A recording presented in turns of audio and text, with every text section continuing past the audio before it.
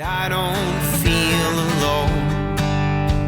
We just settled in and it already feels like home. You're listening to the Feels Like Home podcast with Mike Throne and Marty Ford.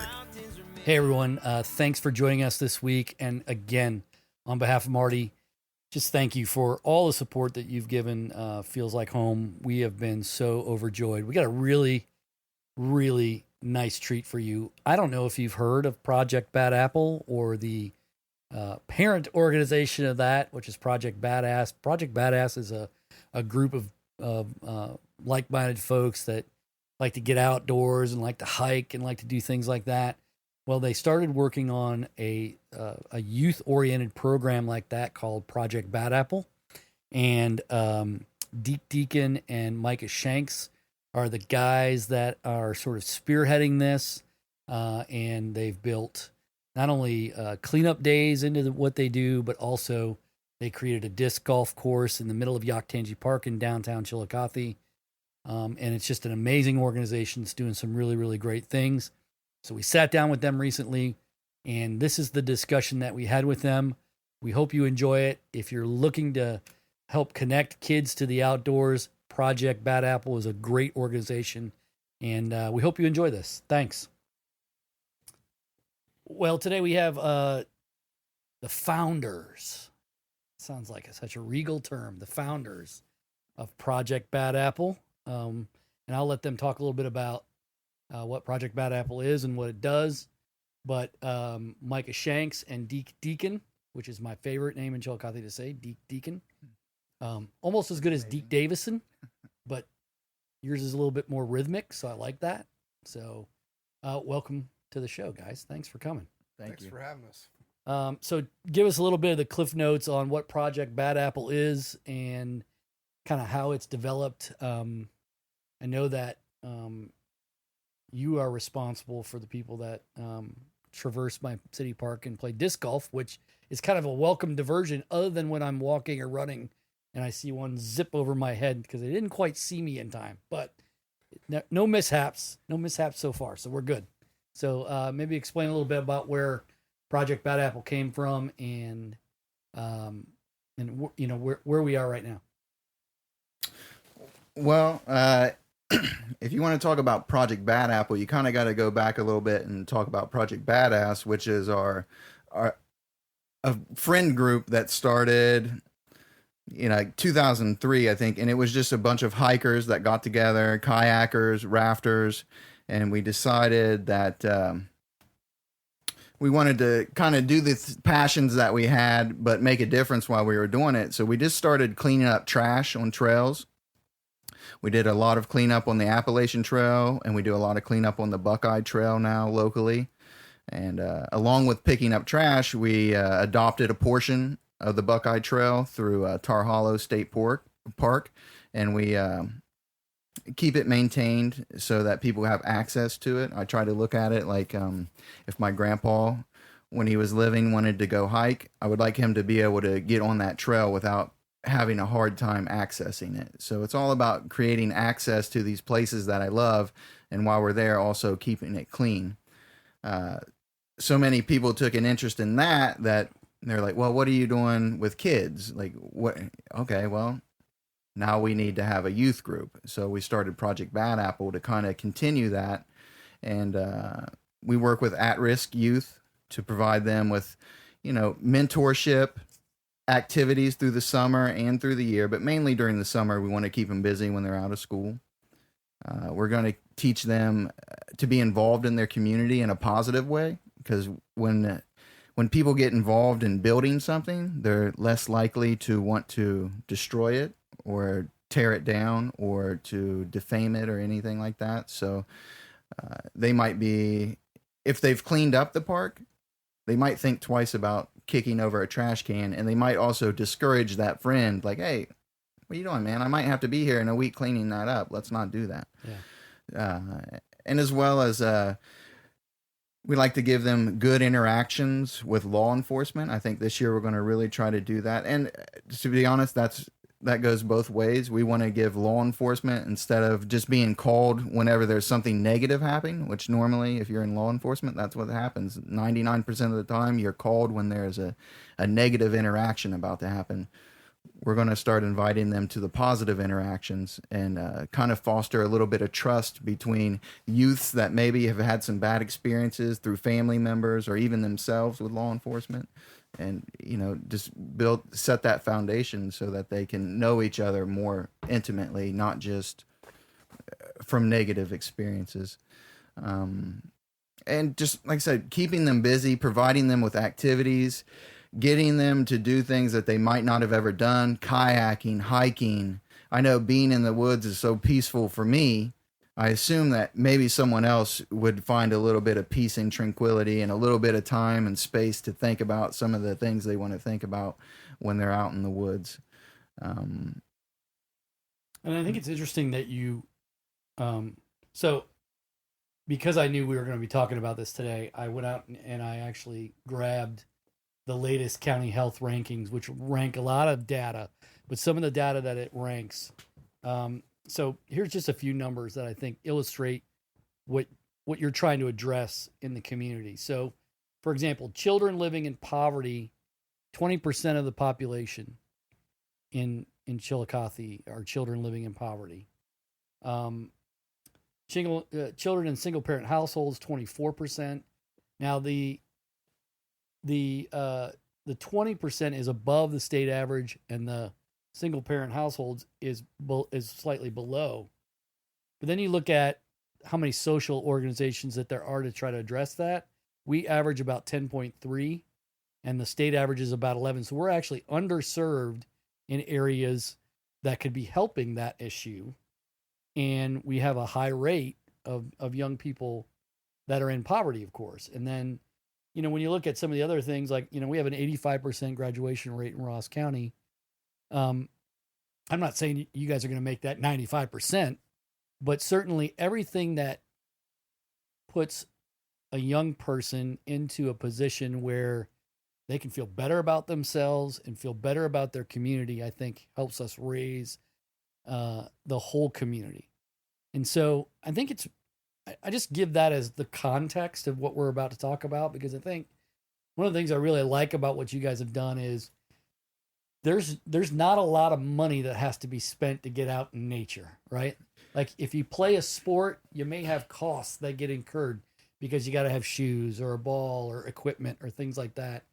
You can go with you into nature, into the woods, and just have a good time and relax and maybe learn a little about yourself. It's funny because I don't want to sound like a cheapskate, but cost is a big deal because you work with so many youths. You cannot even spend $10 or $20 a trip to do something because that just adds up, and nobody is paying you back for that. So anything that we can do for free locally, and that the kid, like, this is why we love the disc golf course. For the cost of, what do you need? A putter and a driver? Like for about $20. For $20, you can use it. Every time you use it, you're gaining more value on it. And it's right in it's a 5-minute walk, a 10-minute walk from no matter where you're at. Yeah. So you're walking, you're being healthy. As far as my work, I'm walking and talking. People are much more likely to have a better conversation whenever they're active. So it just hits all of our needs. That gives you a little chance to be competitive. There's so many advantages. You're outside, you're in nature, you can be competitive. I mean, yeah, we help provide the ones in the park, but we also most state parks have them. So if you're out there, you're hiking. It's competitive hiking in some aspect. So, and I mean, within a 10-15 minute drive of the heart of downtown, there's how many disc golf courses? 4? That sounds 3? about right. I mean, you think about Great Seal, OUC, the city park. I'm not sure if there's one in Tar Hollow. Pike Lake. Pike Lake. Yeah, that's Pike right. Lake would be the Paint 4th. Creek. Yeah. Is it Paint Creek? Yeah. So Paint Creek also has one. So yeah, and once you get there, of course, again, it's a free, it's a free arrangement. So if you have a putter and a driver, you get that money for that, you can play. Yeah. And when you're looking at, this is another number that I found, physical inactivity rate, 32% of our county is physically inactive. The state rate is 26%, and the national rate, the top U.S. performers, is 19%. So we have an issue, and I think the things that you're trying to do help solve that, because I think the more that we get our kids involved in getting out and doing things outside rather than sitting in front of a video game or sitting inside their house watching TV or whatever, the better off they're going to be. And I think that's part of what you're trying to do. Minimize the screen time for sure. I have 3 boys myself, so they love video games, but getting them outside and in nature is very helpful to their mental health and well-being, and being able to find, process things that they're going through at the time they're going through. And getting them out the door is the hardest part, because once you get them in nature, then they're climbing trees and they're hiking and they're picking up trash, because we try to preach conservatism and conservation. So leave something better than you found it. Right. Absolutely. Right. So our whole goal is when we started, Project Badass was getting people outside and in nature. And then with Bad Apple, obviously we had to sit back and look, we're not going to brand ourselves with putting Project Badass on kids. So we came up with Project Bad Apple. And then, it's the same thing. It's just getting kids outside and in nature.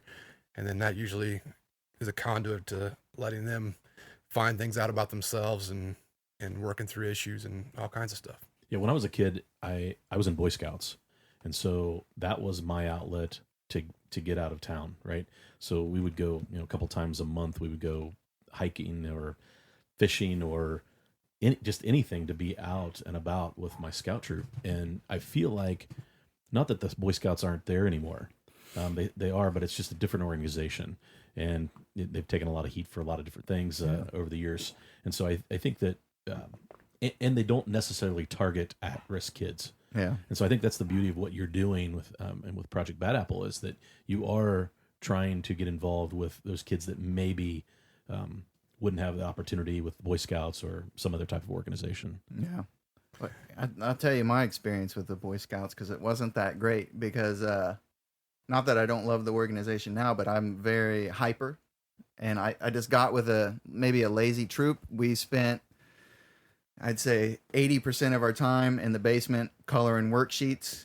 And I was like, after 2 weeks of that, I'm like, guys, where's my knife? Why haven't I started a fire yet? And why aren't we camping? And they're like, well, that's at the end. Or I was like, I'm not going to make it another 4 weeks doing this. You know what I mean? So unfortunately, I quit, because it wasn't involved it wasn't what I wanted it to be. So it very much relies on what your scoutmaster really, how involved they want to be.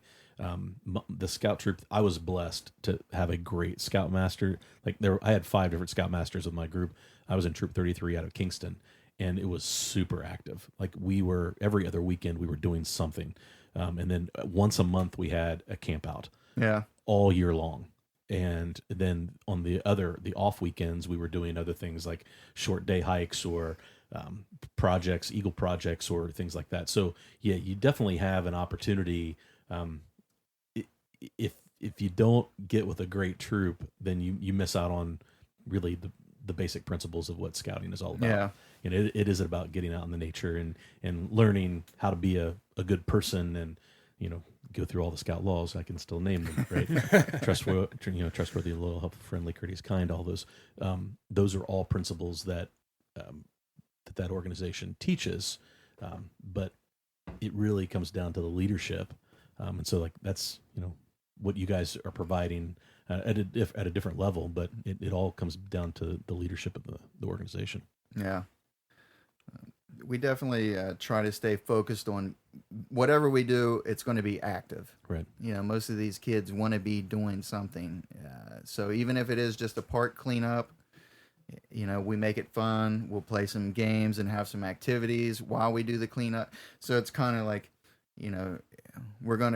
we expect something of you, but we're also going to have fun, in the meantime. And I think kids in general just like to have expectations put on them, and they like to have people follow through to make sure that they completed, make sure that they did what is expected of them. They may kick and scream that they don't like it, but I think kids like to be held accountable when you give them a task. I don't know. I agree. So you both come to the issue of at-risk youth from different perspectives in your professions. Micah, you're a city police officer, and Deke, you work with integrated services, and so you probably both see things in a little bit different light. So if I'm somebody that I'm trying to figure out, okay, how does a kid get to work with Project Bad Apple? What's the easiest way for me to engage a kid to what you guys are offering? Just show up at an event. Like, I can name off 3 events that we're going to have right now. And this is just a great, if you just want to come and experience a little bit about what it is, one of our park cleanups is a great way to do that. So Thursday, June 17th, Thursday, July 8th, and Thursday, August 12th. There you go. You show up to the city park. You'll see us in our Bad Apple shirts. Usually we meet across from the Pump House Art Gallery in that little shelter house, but we could be somewhere else depending on if there's something going on there or not. But you'll see us. And all 3 of those are cleanup events? Is that Cleanup what events, okay. and we have pizza. Like I say, we do an activity, play a game. 3:00 is whenever that happens. It's usually ice cream. Ice cream, yeah. I mean, you've got me in now. Yeah, right yeah. now. And that's a great, no stress. You just show up. You get to know some of the other people that are working the event. You get to bring your kids with you. And then from there, you can potentially get involved in maybe some kayaking if you want to get more involved, or you get involved in one of our longer hikes out in Tar Hollow, or we like Buzzard's Roost. We really love the Ross County Parks and what they've been doing since they've got their grant. Everything is really shaping up and cleaning up nicely. So Buzzard's Roost we do a lot. What's your age range that you usually see at your events? Mostly teens, or No, okay. all ages. I mean, Okay. 8, 9, all the way up to teens. Wow. We get, and another big part of this is it's not just dropping off your kids. Even though we will go and pick up kids that don't have the ability to get down there, we want you to come with your kid and be a part of it. And a lot of family reconnection. We work with drug court a lot, so there is usually a lot of maybe a little bit of resentment and some things that have happened, and we're trying to rebuild that family structure. So this is a great way to have some good quality time with your kids and be in a group. And so have you had? I mean, obviously we've come through a very tough time in terms of opiate abuse and drug addiction and things like this. In your daily work, you see that. In your daily work, you see that. And this is really one of those kind of programs that I think can really sort of help in that regard. Do you see that, as you mentioned, like the reconnection of family, can you see some of that starting to evolve? Are there pathways that you see that people might be going down that, okay, this looks like this is going to be a better situation for this family or for these kids at least? Well, you're always hopeful, and even one good day together is better than no good days together. So whether it's something that is sustainable when they're on their own, that's going to be up to that individual and how dedicated they are to that sobriety. But I'd love to at least give them that jumping off point and give them that starting foundation and give them the option to have like I said, the free activity. You don't have to spend nothing, just your time. Yeah. That's all you got to spend with us. Come bring your time and yourself and your kids, and we'll try to give you something to do to build those bonds back. And hopefully it's a way to springboard into them being like, all right, we just had a great day, and it really cost them nothing. It cost us nothing. Now maybe it gives them the thought process of now we can go out to Great Seal and go for a hike and have a good time without screens, without spending a lot of money. Don't have to go to the movies and spend $50. You pack some sandwiches and a cooler and you head out somewhere and you just spend the day with each other. It also feels like yours was kind of a COVID-proof group, right? Like in theory, I mean, because you weren't in an enclosed space and you didn't have to worry about our bigger event that we normally do with Project Badass took a hit, the Voyage for Veterans, which is something that we've been doing for, this would have been, I believe, our 7th year. took a hit because they weren't allowed to transport Oh, right. in the vans because it was not enough distance.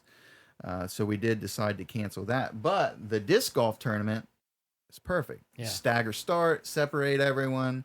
You're outside the whole time. So it kind of was,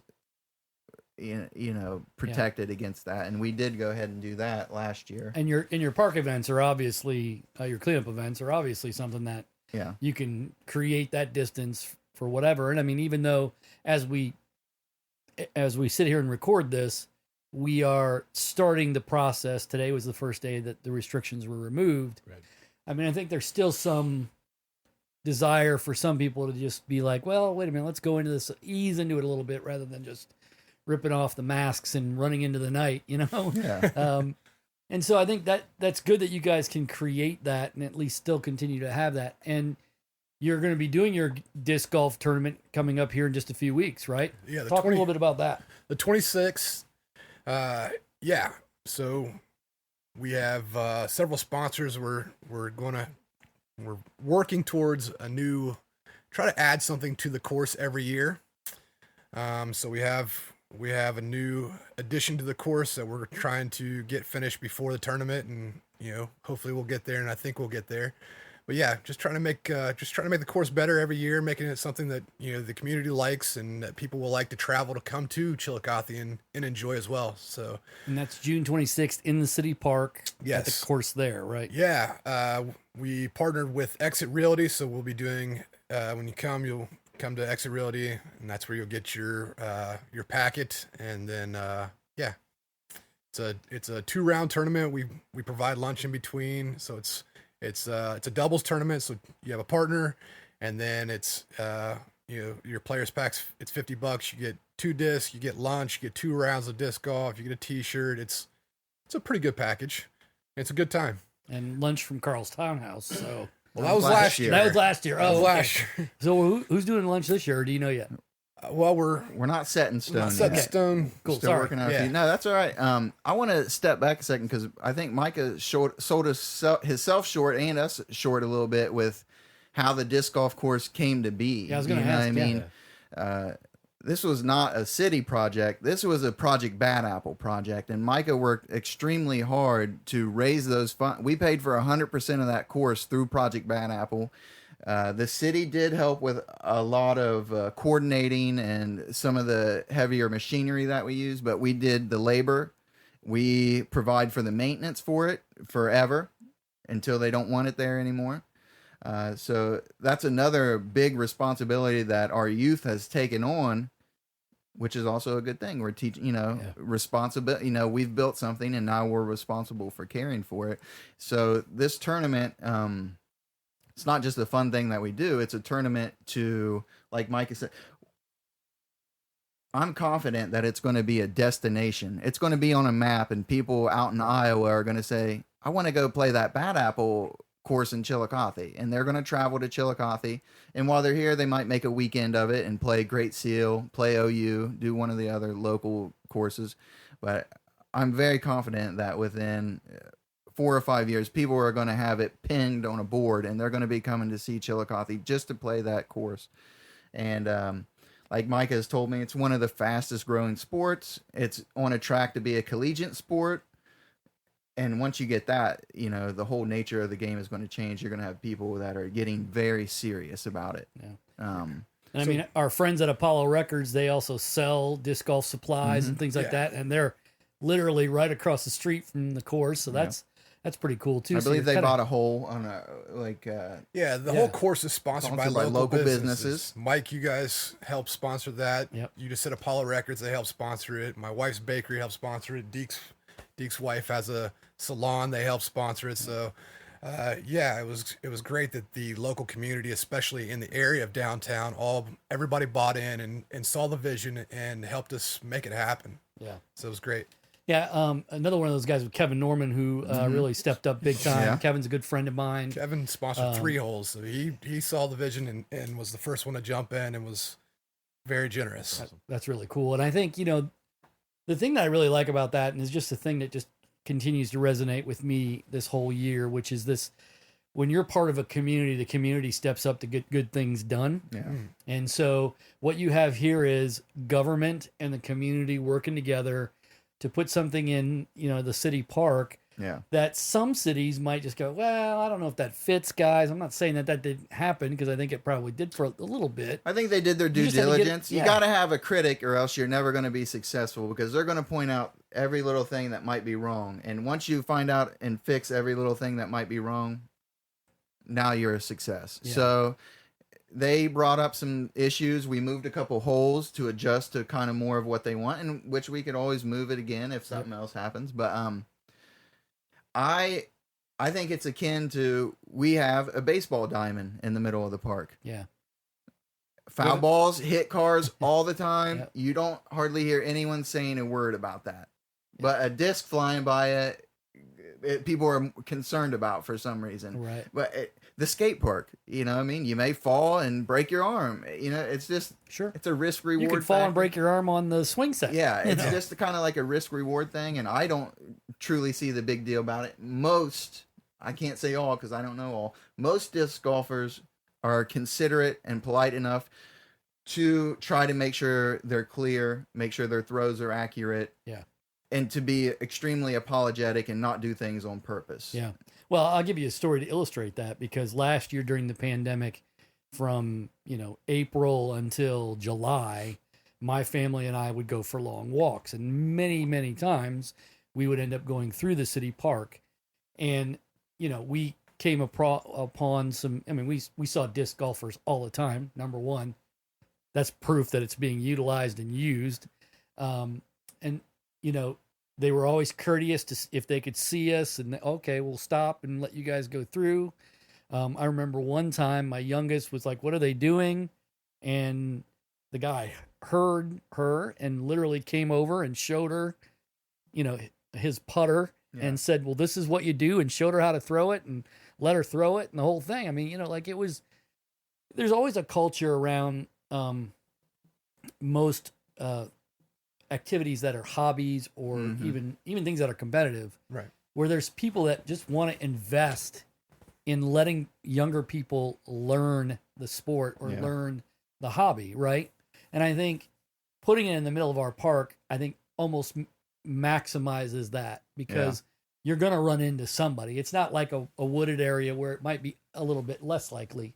This is a city park. And so I think what we've seen is, so far, and there may be a small minority of stories out there that would say to the contrary, but my experiences and many that I've heard have been incredibly positive. Yeah. And I think that's a great tribute to what you guys have built. Let me tell you how dedicated these disc golfers are, though. So, the hole we sponsored is right off of Riverside, and my wife works in the Flatiron building on the corner of Race and Riverside, and often we would be in the apartment above it, and even when we just had the first 9 holes out, people were playing it in the winter. Yeah. People were playing disc golf. There is no disc golf season. It just is year round. We'll look out and these guys are crazy in shorts in the middle of winter playing disc golf, walking the park. I can't believe it. Yeah. Yeah, there were people that were maybe not naysayers, but didn't understand the game, or didn't understand, or thought that maybe we're sensationalizing that it's as fast growing as it is. And then after it had been installed and people are playing, and now I had conversations with people in the community and people that have influence that said, I had no idea. 'Cause my wife being one of them, at sometimes there's times where she's come home from work and she was like, I just saw a whole family of people, from a guy looked to be in his 70s to his 13-year-old grandson playing. Yeah. And so like that, we love that. And some of those folks are super serious. They have these little wheelie carts, and they've got a whole variety of discs that are I assume for different purposes, and I think I've Different thrown maybe spin, 2 of a them. different curve on it. That's right. You're gonna get it to go straighter.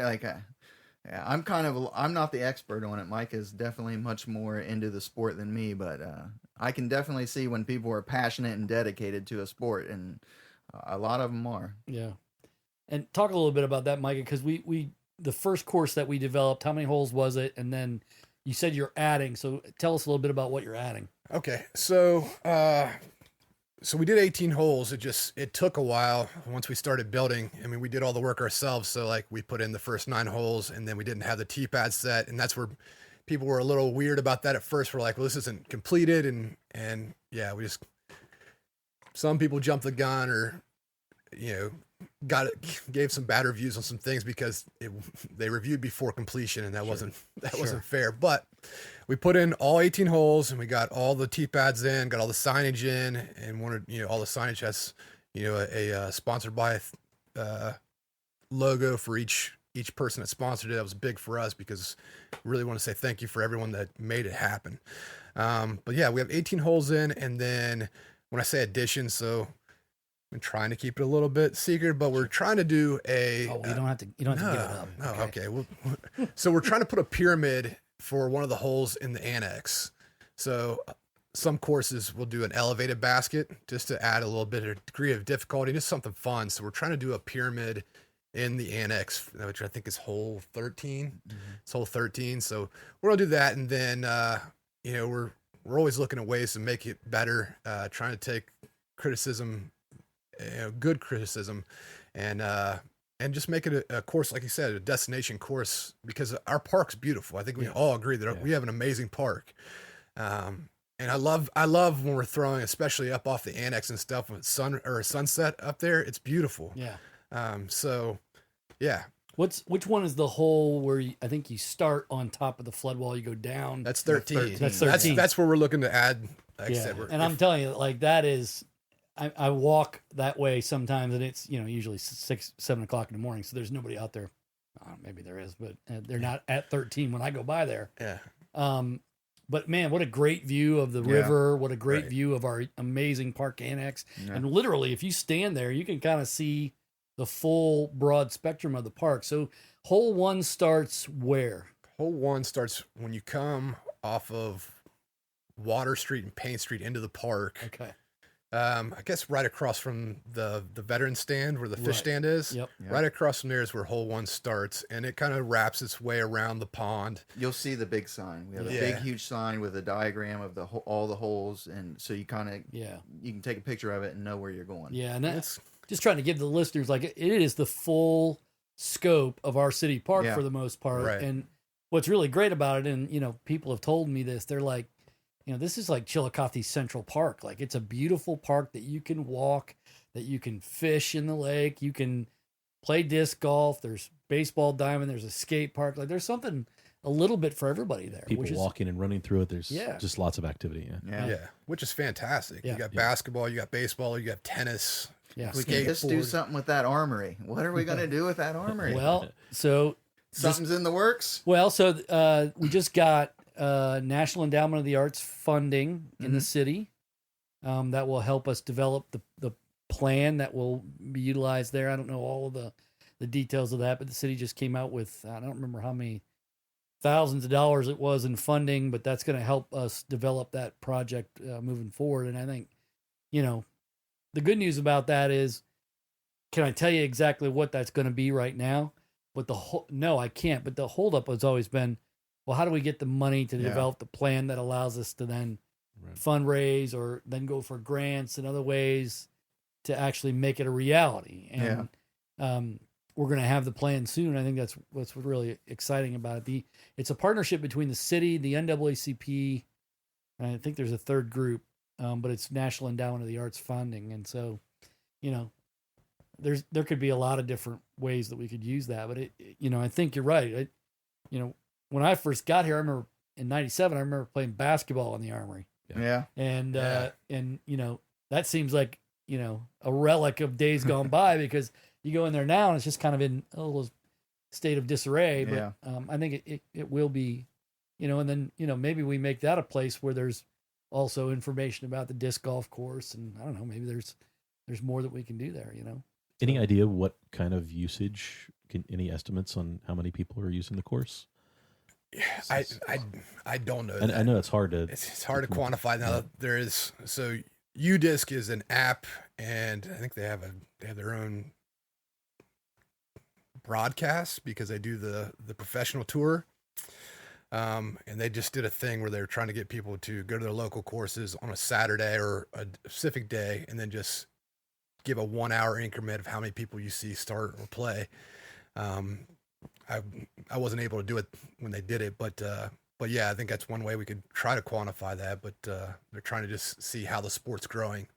So I walk through there. It's part of my loop that I do, and usually do it a couple times a week. And usually Sunday evening is one of those. And there's always, like, not just one group. There's always multiple groups playing on Sunday afternoons when I do that walk. Yeah. So people are using it. It's cool to see.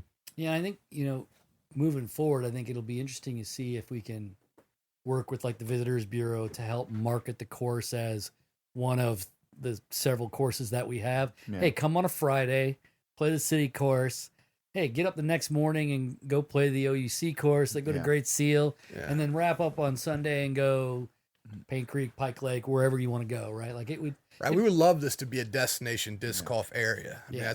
we would really love that. For us, obviously, we talked about a little bit about Voyage for Veterans. We've done a lot of things to help with veterans. We have friends that were veterans with some PTSD issues. We've done many events where we've given money back into these organizations that do things with veterans with PTSD. And so with that, we've tried, or we're trying to, as much as we can, work with the VA, because the VA allegedly, or from what I'm told, they've bought all of the stuff to put a disc golf course in, but then they changed who's running the VA. The director's changed, and the new director is not really on their radar. And then COVID happened, so they're in a holding pattern. But we would love to, because of us working with veterans over the last 8 years, our goal is we'd love to help them put a course in at the VA, which again adds another one into the area, but to help veterans that are working through some PTSD and some mental health issues, to get them outside of nature, give them something to be competitive, something to get better at. I think it'd be fantastic. Yeah. So yeah, that adds more to the area. Yeah, So, and if yeah. you're a small business in downtown, you want nothing more than people coming and staying overnight, because that means breakfast, lunch, and dinner. That means maybe killing some time with a little shopping, and that means probably staying in a local hotel or an Airbnb or whatever they can find. So, I think your course has a big advantage over some of the others, because you can finish up a round and just like head over to the poorhouse or For sure. 50 West, or grab dinner someplace. And that's why it was a big deal for us to get sponsors from downtown businesses. That's where we went first, because it affects them directly. Right. People, because I'm a police officer, and then when I'm working second shift, those times where I'll park near hole 17, because there's a little parking space in that area, and there's always people playing, but I'll stop them on their way from teeing off to the basket and be like, hey, ask them where they're from. Are they local or not? And so often it's somebody that's not local, and which is fantastic, because there's people who are like, oh, we found out you guys had a course. We're from Dayton, or we're from Columbus, or we're from Cincinnati. And so it's really cool to see someone come. The other day we had someone from West Virginia. They just drove over from West Virginia just to play the course. So Do you have a website that people could go to, and like maybe add a registry so people could register that they played? And sounds like a fantastic idea. yeah, right.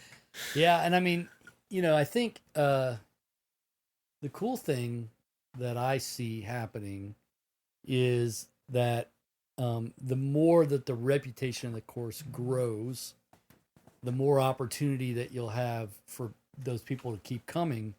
But then in my mind too, a prophet is never welcome in their hometown. Sometimes people overlook the things that are right in front of them. oh right. yeah, definitely. And so you might be somebody that has played the OUC course. I mean, you probably do know about the city course, but you may go other places because, I've played that course. But it's always good to get back into your home course and play, or, new people discovering the sport can go and play that course, because it's literally a 5-minute drive instead of a 3-hour drive or something like that. I can't tell you how many people I've asked, like, have you ever been out to Buzzard's Roost? You've lived in Chillicothe all this time. You've never even stopped by Buzzard's Roost, one of the jewels of the Ross County parks, you know what I mean? With one of the best views, I think, especially during the fall. So it's kind of it is crazy where people don't look around locally for those cheap, easy, fun things that they think, oh, I got to go to Kings Island and I got to spend money to do something fun. It's not true. Yeah. There's fun things here, I promise. Yeah. We've had the conversation where, like, how many years, Mike, were you here before you ever went to Great Seal? Yeah, I was like a decade that I spent in this town before Yeah. I ever really went to Yeah, Great Seal. you miss out on, we really do have some great treasures that a lot of people, just because they don't get outside, Yeah. that maybe they're not somebody who naturally gravitates towards nature, and they miss out on some just amazing places. Yeah, to double down on that, like I grew up here, and I used to run, and I got a couple injuries, and I started biking, and I went in to buy a new bike at the bike shop at Rivers Bend, and Jamie was like, I said, kind of want a road bike. I want to ride the bike path because we have a beautiful bike path, right? And he's like, oh, you don't want a bike. You don't want a road bike. You want a mountain bike. We have the best mountain bike in the state. I said, we do. Right. And then, and so he talked me into it. I bought a mountain bike and started mountain biking. And he's absolutely, like, I had no idea. The mountain biking at Great Seal is phenomenal. And you want to talk about a group that supports what they do, I've never seen people show up to a volunteer event, like mountain bikers show up to volunteer events, man. We might be lucky to get 5 or 6 people to do some trail work. Whenever like Combo comes into town or Jamie puts out the word, the one time there was at least 30 or 40 people out at Great Seal. It's just crazy how that community supports itself by the Chillicothe Mountain showing Bike up. Group, really, they take great pride in how they care for the trails out at Great Seal. And you can tell when you ride it, it's amazing. Yeah. I'm almost upset that they can't get in Tar Hollow. I know that the Forestry Service really doesn't, their job is to manage trees, not open it up. They don't mind hunters and things like that, but they really don't want to open it up to the mountain bikers. And that's just a shame because Tar Hollow would be some amazing trails out there if they could get in out there. Yeah. Yeah. And I think we're only scratching the surface on trails. And even what you guys are doing, they've come out with a trail guide now, which I probably hand out at the chamber more trail guides than I do regular visitors guides or even my own membership directory. And I think, at some point in time, we'll probably want to do something similar to that for disc golf, just because regionally we have a good amount of courses. And that, good, again, not only good amount of courses, we have a good amount of good courses. Quality courses. Sure. OUC is a great course. Yeah, it is. Great Seal is a great course. We love our course, but we have great courses around us as well.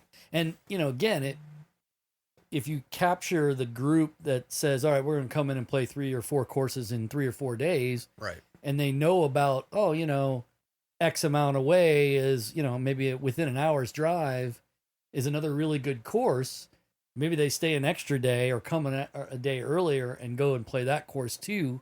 And again, like I'm all about lifting the entire region. Yeah. I mean, I obviously love and care about Chillicothe first, but if the whole region is raised by the fact that we can market better mountain biking and trails and disc golf, man, let's get that done. I'm all just about plain old. Don't forget plain old hiking. That's my favorite. Yeah.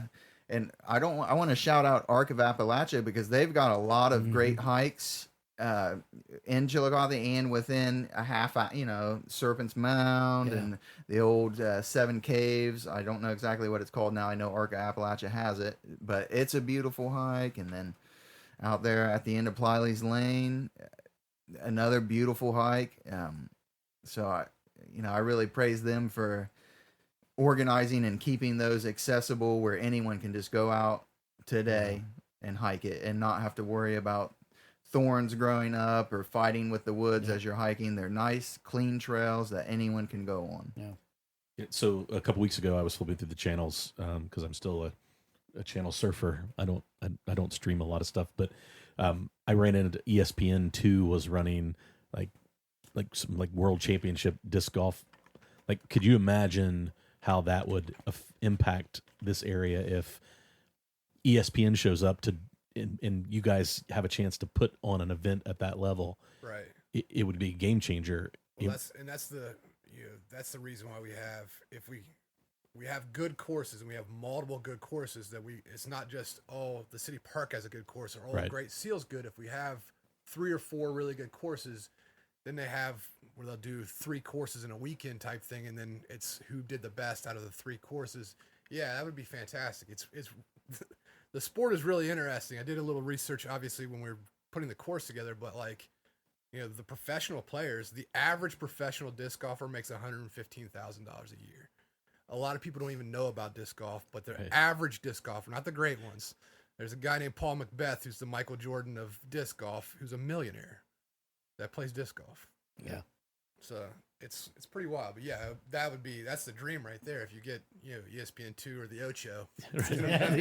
And we laugh about that, but we have other events that are right on the edge of that as well. We talked to the guys from, you know, last week from Southern Ohio Forest Rally, and like they run a premier event in the country. So and it's not really on the map yet. Yeah, I'm at work last year, and I'm gonna let you know my ignorance. A couple of younger officers are like, "Hey, Ken Block's here." I said, "Who?" He's like, "You don't know who Ken Block is? His car's over in transit right now." I said, "I have no idea." And he sends me a picture. I'm like, "The car looks really cool." And they're like, their mind's blown that Travis Pastrana was supposed to stay in the area last year, which I know who Travis Pastrana is, but for whatever reason, he ended up not participating or wasn't there. But apparently Ken Block's a big deal, and he was here, and that obviously brings up this area. And yeah, if you got guys that are, you know, world-known guys that are coming here to race, that's fantastic. Yeah, they have big names coming this year, and they were here last year too. But you're right, like, so you have, you know, like what you're doing and the sport, how that's growing.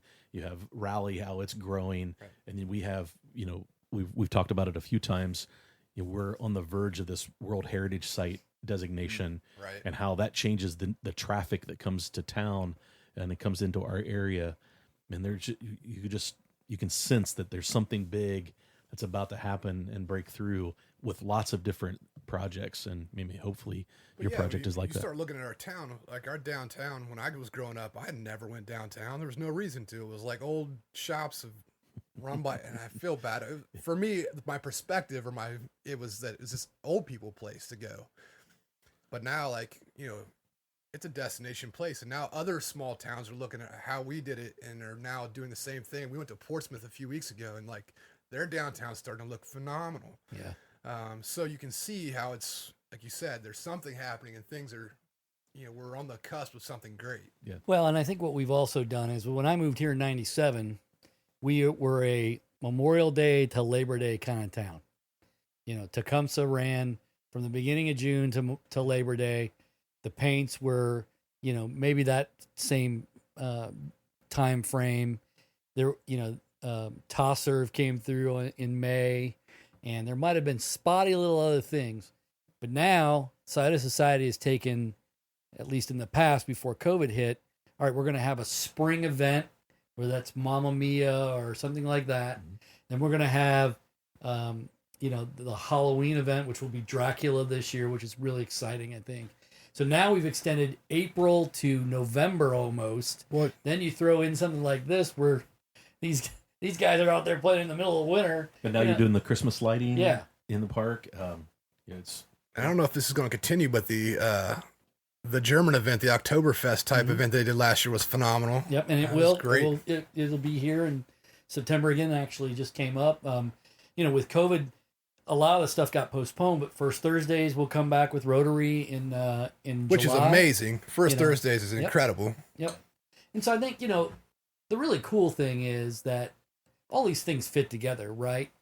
And to kind of bring it back to Bad Apple, which I think is really, you know, you do one thing to kind of help the other thing, right? Yeah. And I think the greatness of that is, and I think the greatness of a lot of these events is, they're all about, in some way, giving back. You know, when you look at what Sciatica Society does, it doesn't just stay in its own little vacuum there. It may have had to do that in the last year because every penny they got was meant to keep the place open. But they do a lot of giving back in terms of, you know, having their actors go out and do different things. They do Shakespeare and things like that to kind of give back to the community. The paints spend countless hours doing all that. The event that you're doing is going to help fund the things that you do, whether it's to help pay for cleanups or whatever it takes. And I hope that your veterans event can come back this year, or if not this year, then next year. Not this year, Enjoy it. but next year. We're pretty adamant about getting that fired back up again. Well, I think it's a great event because you're right. I think, Yeah. trying to help these veterans who have come back from fighting in these conflicts and in these wars, and they're left with these scars that are long lasting, and just trying to give them another outlet, another way to, help relieve the stress of bringing all that back is super important. Yeah, and just from my own experience, I love being a mentor and be able to guide someone and, give them some advice. They might not even understand it yet, but one day it may click, you know what I mean? So you might give them some advice now and it might resonate with them several years later, or just being there to guide a youth who maybe, whether it's a good thing or a bad thing, a lot of kids might get labeled as a problem child. I was labeled as a problem child just because I couldn't sit down. And I always had to be doing something. I'm not good at sitting and listening to somebody tell me something I'm not interested in. So you may get labeled that, and that may affect the choices that you make. And so I just want to make sure kids know, I don't care what your teacher says about you. You've got a place here, and you can come with a clean slate. I don't care if you've been to JDC. I don't care where you've been. I don't care what you've done. You got a clean slate here. I expect a few things of you, and if you follow through with those, there's going to be some rewards and a lot of fun to be had. But no judgment here, man. Just show up. Just show up and try your hardest. I don't care if you win, as long as you're trying. That's all I care about. I find that most of the kids that you put expectations on, they they may not admit it, but they want it. Yeah. They want to make somebody proud. Absolutely. Even if it is just to make you, hey, I asked you to pick up trash in this area and you got it done. Yeah, absolutely. I think that's what they want more than anything, Yeah. And now they're a part of building. Now they're building something instead of tearing something down. Yeah. That, and they take ownership, right? Take ownership. It's their park. Teaching stewardship, right? So that it's their park. It isn't the city's park. It's their park. Yeah. Right. I'd love to be able to give the kid enough confidence to tell his friend, you just don't do that. Don't throw that. You know what I mean? Right. Now he's got confidence. He's not afraid what his friend's going to say whenever he maybe corrects a misbehavior. Don't throw that on the ground, man. Yeah. Put that in the trash can. And maybe that leads to another good choice and another good choice or whatever. Well, if you find that we need more trash cans, let us know. Okay? Let's be honest. I mean, if I hate to say it, but you could probably have a trash can every 8 feet, and some people will Can't just find it. at the 4 foot mark will just be like, yeah, I've that seen seems it. like a long way to Yeah. go. That extra 4 feet, right? Yeah, I've seen it before, with my own eyes. Yeah. Trash can right there at some of the state park. You go out and clean up Tar Hollow. You're at one of the campsites. Trash can right there. Why do you just not walk the 2 feet over to the trash can? Why do you got to throw it on the ground? I will never understand it. I don't know. Yeah. As you look at the future of Project Bad Apple, what do you guys see? What would you 5 years from now, if you had this grand vision, this is what we would be right now? So I think it's probably going to be a little different for both of us, but Okay. I think we probably hit the same on a lot of it, though. I think cool if I go first? Yeah, go ahead. Yeah, I think for me, keep doing the park cleanups and stuff, but it'd be great if we could do that and parlay that into, trips and then summer camps we've talked about before. That would be great. And I would love to be able to take a group of kids that are at-risk kids to a national park, whether that's, now that the New River Gorge is now a national park or another national park, and do an activity, whether it's hiking, whether it's whitewater rafting or whatever it's one of those things of a lot of these kids, when we take them hiking, it's the first time they've ever been out of the city. Right. And in Great Seal's, 7 miles outside of town. So yeah, if we could take them to somewhere that's, that they've seen in a TV show or on a movie, and they've actually got to hike that, or like I said, whitewater raft or mountain bike or whatever that would be kind of where I'd love it to end up 5 years from now. Yeah, I think that's great. And I definitely want to do some of those more challenging activities for some of the older kids where you can get a real sense of accomplishment. a rappelling or a rock climbing or a zip lining where you're facing a fear potentially and overcoming it. But in 5 years, man, I'd really love to see youths that are coming up now pouring back into the program. I'd love to see some of those families that are involved. Same thing, just pouring back into the program, showing up, becoming more involved with the setup and the planning, because it can be overwhelming. And when you have a nonprofit, it does take over a good portion of your life. So it's key to, like I said, get the people who are going to become actively involved and to take some of that off your plate. And I'd love to be able to sit back one day and show up at an event and just pick up trash and not have to worry about the 3 months before the event where you're frantically trying to get donations, trying to plan, trying to, figure out what's going to work and what's not going to work, handling all the criticisms coming in. Even though we love to improve and be better, it sometimes is a lot to take on, or just there's obviously sometimes criticism for no reason. Yeah. Like, okay, Yep. I guess. But, that's what I would love to see it becoming like its own wellspring of involvement where the kids now are grown up, but they still want to be involved in one way or another, even if it is just coming back for one trash pickup over the summer, or potentially maybe in 10 years or 15 years, they might be bringing their own kids back to do an event with us. That's what I'd really like to see. Just the same thing that we're doing now, just with more people involved. That's what I would really love to see. Where do people go if they want to find out more information? You got a Facebook page. We have a Facebook page, and that's probably the best way to get a hold of us, through Messenger on there, or just. So it's facebook.com, I think, Project Bad Apple, right? Yeah. And then / Project Bad Apple. Yeah. I think, I see you guys post pretty regular updates there, especially with your events, things like that. So they could always email us at theprojectbadass.com as well if they want to. If you don't got any kids and you just you're interested in doing some rafting or doing some hiking and you want to find a group in the area, reach out. We'll put together something, put together a hike. Maybe you don't know what equipment you need, or maybe you've never done it before. You feel intimidated for whatever reason.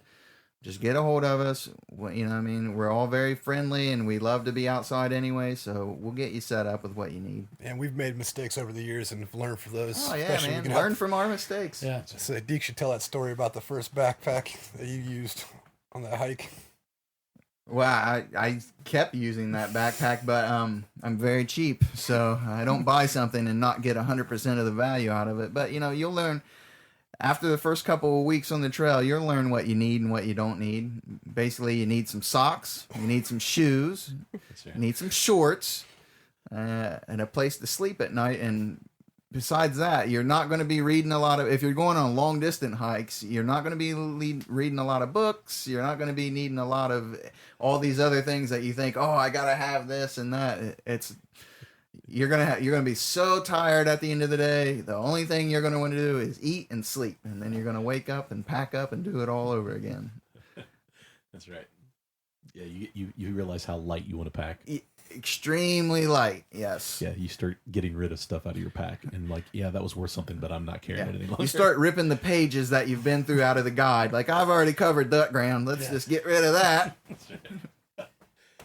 Well, we just appreciate that you guys are filling a need that's desperate in our community. Our youth definitely need things to do and absolutely need guidance and mentorship, and we just we really appreciate the work you're doing.